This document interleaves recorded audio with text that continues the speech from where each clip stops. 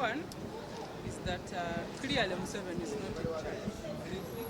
Because if he was in charge, there is no one would have charged 36 activists who had traveled to U.O.U, to receive basic skills of communication with terrorism. So number one, I've confirmed that Museveni is out of touch, and is not in charge.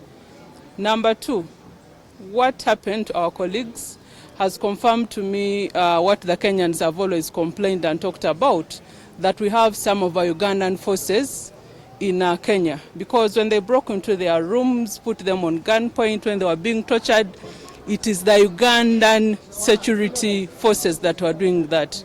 They were speaking Runyaktara and others were speaking Luganda. So for the charges of terrorism, it's really a shock. It is surprising that people who had gone to receive training in communication skills can be called terrorists. Put in some legal perspective, a legal man, what do you think this should have been? Because first of all, they didn't have clearance. These guys had clearance because they all passed the Ugandan border. They had, they had their passports stamped in. They actually had the yellow fever cards. And even the center where they were arrested from, it's a church center, by the way, a Catholic center. So it's just a surprise that they were forced back. Because if we are talking about deportation, there are laws that are supposed to be followed. They are supposed to take them to court and then bring them here. By the way, there's also a Kenyan that was arrested with them, a Kenyan refugee in the names of Simon Rutaronda, who was also abducted with them and is also appearing here. But most importantly, these are our activists from all over the country, and they are very strong. If you are in court, you saw them singing that they will overcome. When they read out their charges of terrorism, they all started laughing because they know they are innocent. They had simply gone to attend a training in communication skills. The number is 36, but we've heard of 40. Clearly speaking, I am one of the people that has been visiting them in Nagalama, but I was never allowed access to all of them. So until yesterday, I was only able to tell that they were 27. So it's only after they have been charged here that we have actually come to realize that the number was not even that 36 that we are told, but 40. How many? I'm yet to establish. Probably we need to look at the charge sheet and establish the number. Ugandan military carrying guns. I don't know what the Ugandan military is doing in Kenya with guns. Because deployment of armed people in Uganda is a preserve of parliament. And if they committed a crime in Kenya, first of all, does Uganda have a jurisdiction over Kenya? That you go and pick people from Kisumu and charge them in Nakawa? So was the crime committed in Nakawa or in Uganda? That is the first issue, and I intend to raise these matters in Parliament. I want to be told, what are Ugandan armed men doing in Kenya? See, in Kenya they have shot people dead during demonstrations. Maybe they are shot by Ugandans. The same way they nearly shot our people who had gone for training. But we are used to these charges. I was brought in this same court and charged for terrorism during walk to work, which eventually they couldn't sustain and downgraded to being a public nuisance. So you are dealing with people who are desperate.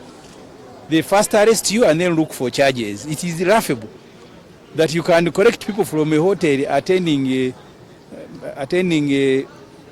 training at a Catholic church, and then you bring them and charge them. Maybe the Catholics are terrorists now. So we are going to ask that church to explain if the establishment is registered as a terrorist organization in Kenya. But the level of desperation can make them do crazy things. Because so what are the ingredients that they collected in a hotel and then went to receive terrorism training? First of all, someone who has gone to receive terrorism training, it means he's not even yet a terrorist. Because they have gone to receive the training. They arrive in the evening, you arrest them. Even the training that you want to accuse them, they haven't received it. Did they follow the due process to conduct the No, there is absolutely no way you are going to remove people from Kenya. And then we will be writing, first of all, to the Kenyan authority, tell us if Ugandans are no longer safe in Kenya. because many of us go to Kenya. So if this government is going to walk there with guns and remove you from a hotel, we will, and I intend at a personal level to begin sending warnings, people who are going to Kenya, please be mindful. Kenya has become unsafe for Ugandans. Because how can people walk into your country? First of all, under the East African protocols and customs, we are no longer required to have even visas to go to Kenya. So this training could have been conducted elsewhere. So how can people be brought? No extradition order, not even charged, because if they committed a crime in Kenya, they should have been charged in Kenya. So this whole story, whoever is cooking it, but I can see, because ISO, in the budget, we give ISO about 250 billion shillings. They must account for this money. They must appear like they are working so hard. They have now discovered a cell of terrorism in Kenya and bring people. The way you have looked at them, these ones, they left Uganda today and then the following day they are arrested. And that's why they are charging them for going to Kenya to receive terrorism training. So we recruited them in Kenya. Is there an organization in Kenya that is a terrorist organization that recruits and trains people? They left the country on the 3rd of July and they were deported. They came back on the 23rd. So it's not true that after one day they came back. So you said they went to receive terrorism training. Did they receive it from who? Why doesn't Kenya arrest that trainer, the one who was going to give them training? Because you see, if you have arrested trainers, it means you first deal with the trainees with the trainers. So who in Kenya was teaching them terrorism? Has that person been arrested? As a legislator, where does it leave the East African community? We are going to run a campaign, very serious campaign, starting tonight, to tell Ugandans who are in Kenya, you are in trouble.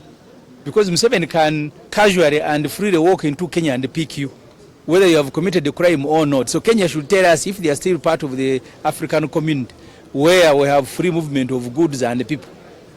Uganda.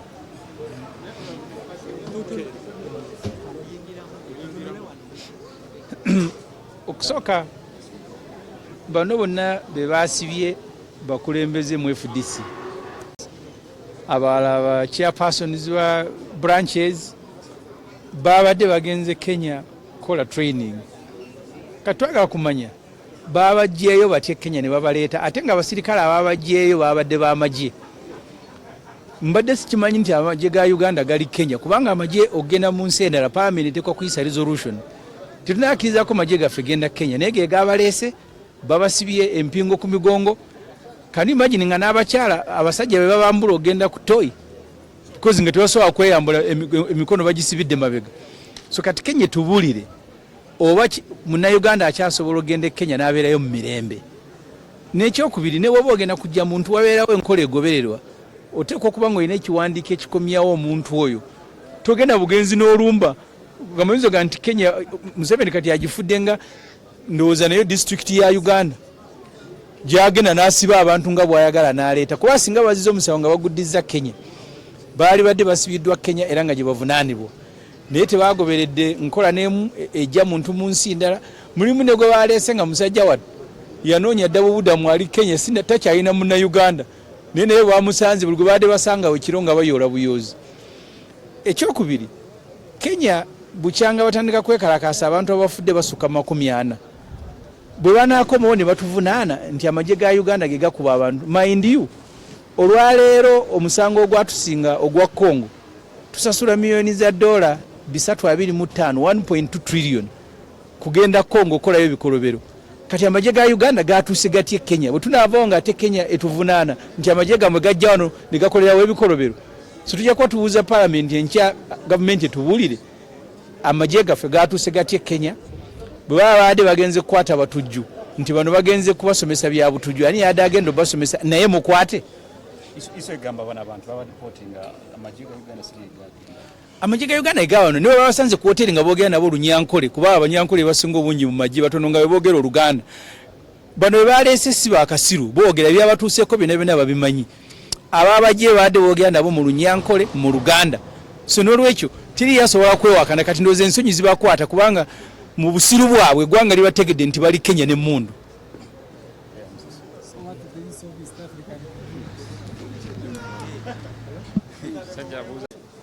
egenda kubeera ku nsonga za communication, egenda kubeera ku nsonga za leadership generally, kubangula abakulembeze baffe mu nsonga z'obukulembeze, mu nsonga za communication, mu nsonga za leadership za governance. Ebyo program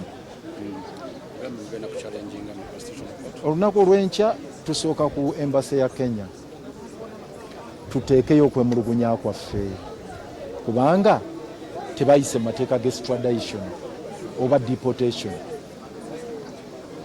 Omuntu wabanga ali mu ggwanga eddala waliwo amateeka g'oyitamu okumukomyawo, either mukola deportation singa aba yayingirayo mu bumenyi bw'amateeka, kooti zeeri zisobola okulagira nti bamudipotinge, oba bw'abanga yayingirayo mu mateeka n'addizaayo emisango eri, kooti ze ziragira nti mumutikke mumuzeeyo ewaabwe. Kati kooti tewali yabatise, oba bakola extradition. Extradition kwe kubanga waleko zizzeeno emisango n'obomba n'oddukanga fugitive weekweke mu nsi endala. Gavumenti yeneesaba negamba omuntu oyo yeekwese eyo tumunoonya bulijjo yazza emisango, nga gavumenti gy'olina naye endagaano gy'aba yeekwese, extradition agreement eyeeri n'emuzza, naye era naye eyita mu kooti bye bataakoze. Kati twebuuza, osobola okukidinapinga omuntu n'omukomyawo eno? Era ensonga emu gye twagala okutwala ku embasi ya Kenya nti amagye agaffe ag'e Uganda gayingira gatya ne gakurosinga boda ne gagenda paka Kisumu ne gayoolayo omuntu oba abantu baffe ne gabaleeta ne gabayisa ku boda nga tebasitampinze na kusitampinga, kuba ku boda tebabasitampingira nti bakomyewo, babasitampingira nti bayingidde naye tebasitampinga nti bakomyewo. Kati ekyo ensonga eyo gavumenti ya Kenya yekkiriza ebikolwa ebimenya amateeka ebyo, ekyo tugenda kitwala. Ekyokubiri, tugenda genda mu kooti etaputa ssemateeka, kubanga zino proceeding zimenya ssemateeka, gina misango gimenya ssemateeka. Nga bwe ngaye tosobola kuleeta muntu n'omukidinapinga n'omugye Kenya, tewali extradition order, tewali deportation order efulumizibwa kooti zeeri, n'omuleeta butereevu mu kooti ya wano. Ekyo kimenya amateeka, kyo tekiriyo. Bwe balina emisango nti bagiddiza Kenya, baali batwayingidde Kenya, oba balisabye gavumenti ya Kenya ne bakomyawo eno bawesebwe eno, naye toyinza bayoola Kenya n'obaleeta wano. Ekyo tekiriyo. N'ebirala bye babatulugunyiza ne babasiba kandooya ne babayisa ng'ekyonziira ebimenya Bill of Rights eya ssemateeka, byonna tugenda biteekamu mu kooti etaputa ssemateeka. Erinnya nkugambye bagikoze kwongera kunafuya nteekateeka zaffe za kuteekateeka okulaba nga tugenda maaso n'olutalo lutuliko obw'emirembe olw'okutereza eggwanga lyaffe. Ffe nga FDC tetwetabangako mu nkola ya butujju. Abakulembeze FDC tuyinza bayita ba terrorists. Abakulembeze abalonde ba National Delegates Conference, reference ez'enjawulo, abamu bali ku national level, bali ku NEC, abalala bali mu structures ez'enjawulo, National Council, District n'ewalala. Tuyinza kanti terrorists, tuyinza kubateeka mu kigambo kinene bwe kityo, tuyinza kubateeka mu musango obulabe bw'ebintu ate Kisumu mu kibuga wakati bano abantu bayita ku boda nga bayise mu mateeka ga immigration.